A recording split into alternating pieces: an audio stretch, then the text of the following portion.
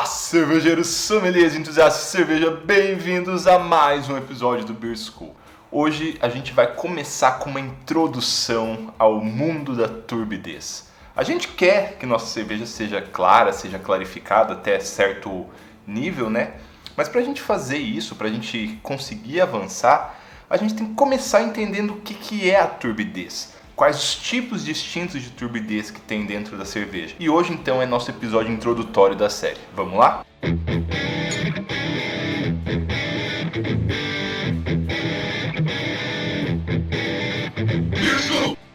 Bom, eu quero começar tentando explicar o conceito de turbidez. A gente sabe, né, bem óbvio, o que é um material turvo de um material translúcido. Quanto mais turvo, mais ele retém a luz e menos luz passa, né?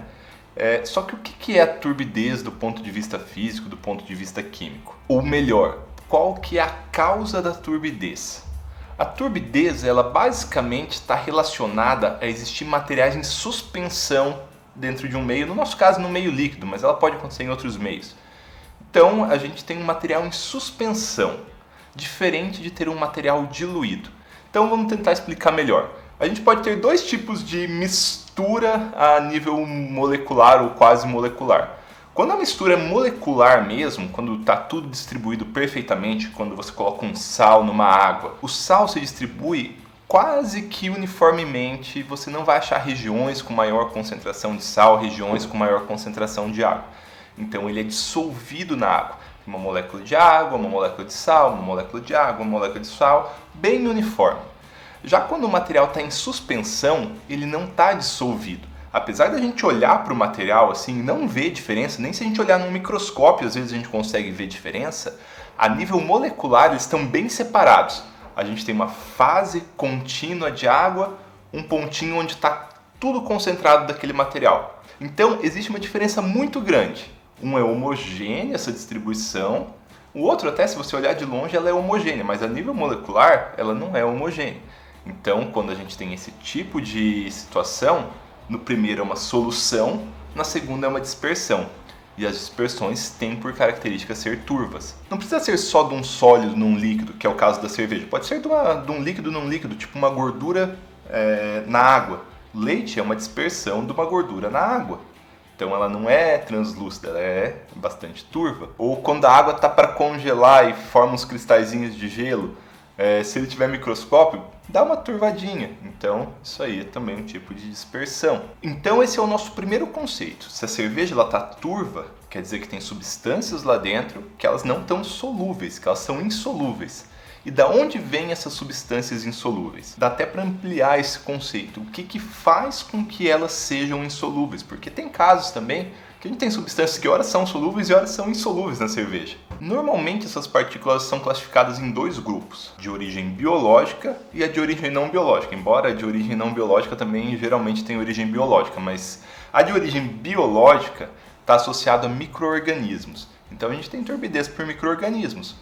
Esse talvez é a forma mais comum, é a forma mais clara, a forma que eu acho que quase todo mundo associa a turbidez à presença dos micro-organismos. Talvez falando assim, não, né? Mas uma Weiss, por exemplo, ela é turva porque ela tem levedura em suspensão. Olha a palavra de novo, suspensão, não tem levedura diluída, nem teria como.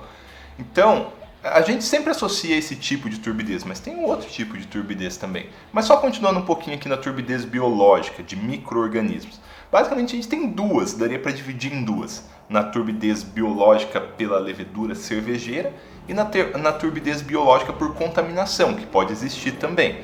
Mas se você chegar a ter turbidez por causa de contaminação, eu acho que você tem problemas muito maiores que só a turbidez. Então talvez a gente nem foque tanto nisso, embora em todo lugar, toda fonte que você lê sobre turbidez foca bastante na turbidez biológica vinda de contaminação. Na revista Brew Your Own desse mês tem um artigo sobre turbidez ou sobre clarificação da cerveja. É um artigo bem interessante, um pouquinho superficial, mas é bem interessante.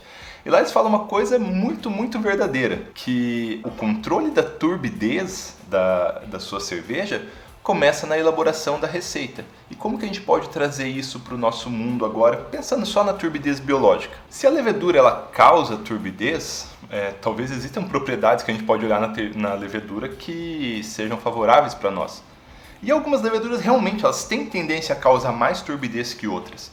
Então, só para vocês terem ideia, deem uma olhada nesse gráfico que eu vou colocar, nesse infográfico ali da Fermentes, ele já é um pouquinho antigo, então a Fermentes tem um monte de leveduras novas, mas eu, no começo, há um tempo atrás, assim, eu me baseava muito nesse gráfico para dar palestra sobre levedura. Então esse gráfico ele faz um resumo aqui das principais características, quanto que a levedura atua, quanto que ela tem tolerância alcoólica, qual que é o potencial de sedimentação dela e as características sensoriais de condimentação e frutado. Então eu dei um destaque aqui na linha de sedimentação e ela divide as leveduras em alta sedimentação, a coluna de cima, média e baixa sedimentação. Então a gente pode ver aqui já no conceito, quando a gente vai criar a receita, que a gente tem uma ideia se a levedura ela vai direcionar para uma turbidez maior ou uma turbidez menor. Dê uma olhada no extremo, lá de cima, a gente tem nas leveduras com maior potencial de sedimentação, o oposto da turbidez, porque quando sedimenta ela sai de suspensão, a gente tem a S04 e a W3470. Cara, a SW4, não é, misturei as duas e virou uma caminhonete. A S04 ela tem um potencial de sedimentação muito alto. Eu adoro usar essa levedura. Você faz uma cerveja com ela, a tua probabilidade de turbidez biológica ela é muito pequena. Fazendo essa série agora, né, acabei de fazer uma cerveja semana passada, nesse fim de semana. Eu ia fazer com S05, mas eu falei, vou fazer com S04 só pra ver. Fazia tempo que eu não usava levedura. É louco o negócio, assim, durante a fermentação já tá decantando, já tá meio clarificado se as outras coisas estiverem certo. Então, depois eu vou mostrar a cerveja aqui no final da série, comparar com uma feita com S05. E a W3470 também, levedura para lager. Lager tem essa característica, né, desejada nas pilsens de serem cervejas mais clarificadas. E elas vão muito bem nessa proposta. Lá no outro extremo a gente tem a WB06, levedura de Weiss. Baixo poder de sedimentação, ela não sedimenta muito. Ela não se liga com as outras leveduras e ela não cai. Ela fica lá em suspensão por muito tempo e ela gera turbidez biológica. E assim, falando da concepção de receita, o que a gente pode fazer? A gente já pode direcionar um pouquinho aqui para ela ser mais turva ou menos turva, conhecendo como a levedura atua e conhecendo o processo cervejeiro.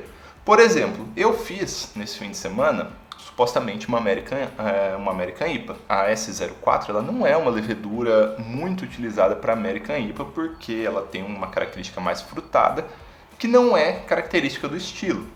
Só que eu também sei que se eu fermentar em temperatura mais baixa, eu vou perder muito dessa característica frutada.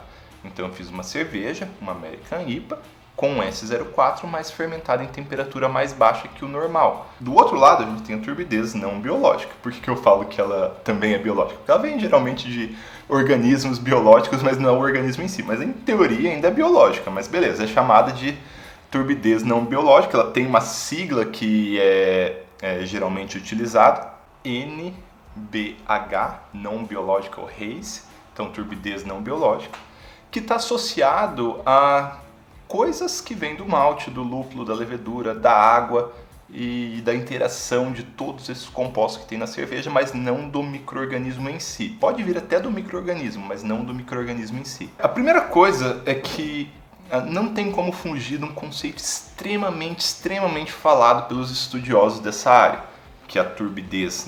Nessa turbidez a gente tem dois tipos, uma turbidez chamada de turbidez permanente e uma turbidez chamada de turbidez temporária. A gente já vai falar melhor disso daí, mas vamos ver as causas dessa turbidez. Existe um monte de partículas que podem estar em suspensão dentro da cerveja. Só enumerando rapidinho, e nem em ordem de relevância, existem alguns que são mais relevantes que outros, mas a gente tem aí, por exemplo, vindo da água, o cálcio, que pode reagir com os oxalatos e formar oxalato de cálcio. Isso, para quem conhece gente que trabalha em grandes indústrias cervejeiras, já ouviu falar de um negócio chamado pedra cervejeira? Às vezes no tanque, quando a cervejaria só limpa o tanque com hidróxido de sódio, vai formando uma pedrona, que é chamada de pedra cervejeira. Isso é oxalato de cálcio normalmente. Existe uma forma de remover isso daí, mas ele forma dentro do tanque fermentador, mas forma, em vez de formar uma pedrona, ele forma micro pedrinhas também dentro da cerveja, que gera turbidez. Outra fonte de turbidez não biológica, o amido. Se teu moço não converteu direito, vai sobrar amido, e amido ele não é solúvel. Ou não é totalmente solúvel, pelo menos em água. Pega, por exemplo, amido de milho, maisena, coloca na água. O que vai acontecer? Vai ficar turvo. A mesma coisa acontece se não houver a conversão perfeita, a conversão total. Por isso o teste do iodo é fundamental. Até cervejaria grande faz. Então, e a gente, como cervejeiro caseiro, metade não faz. Já considera que está tudo certo. Pode ser uma causa de turbidez. Amido é carboidrato, né? Continuando como carboidratos, a gente tem beta-glucanos. Beta-glucano é uma goma, ela também traz turbidez. Outros muito importantes compostos de oxidação, se a gente tiver oxigênio dentro da cerveja, esse oxigênio vai atuar na proteína, no polifenol e transformar ele numa forma menos solúvel, que ela vai gerar uma turbidez horrível, além do aroma, além do sabor. Gordura também, porque a gordura, apesar de ser um líquido, ela não é solúvel. Então forma aquela, tipo leite que eu falei para vocês, é um pouco mais raro, mas beleza, vamos só citar. E por fim a gente tem talvez a que seja a maior de todas, a mais estudada, a mais falada, a mais relevante, quando a gente tem, por um lado, proteína com potencial de formação de turbidez e por outro lado, polifenol com potencial de formação de turbidez. Por exemplo, o tanino é um polifenol. Se tem esses dois em grande quantidade, aí sim você tem um potencial de formação de turbidez enorme. Só que existem diferenças entre essas turbidez que eu falei. Existe a turbidez que é a turbidez permanente e a turbidez que é a turbidez temporária.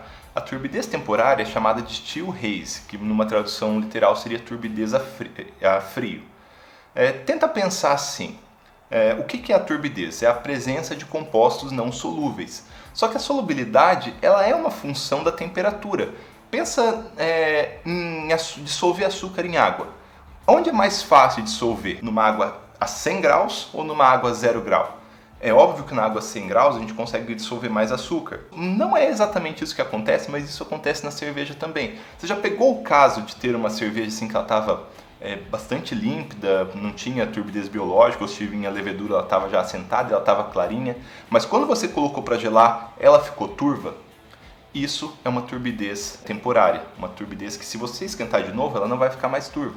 Mas quando ela está fria, ela fica turva. Por quê? Diminuiu a solubilidade dos compostos.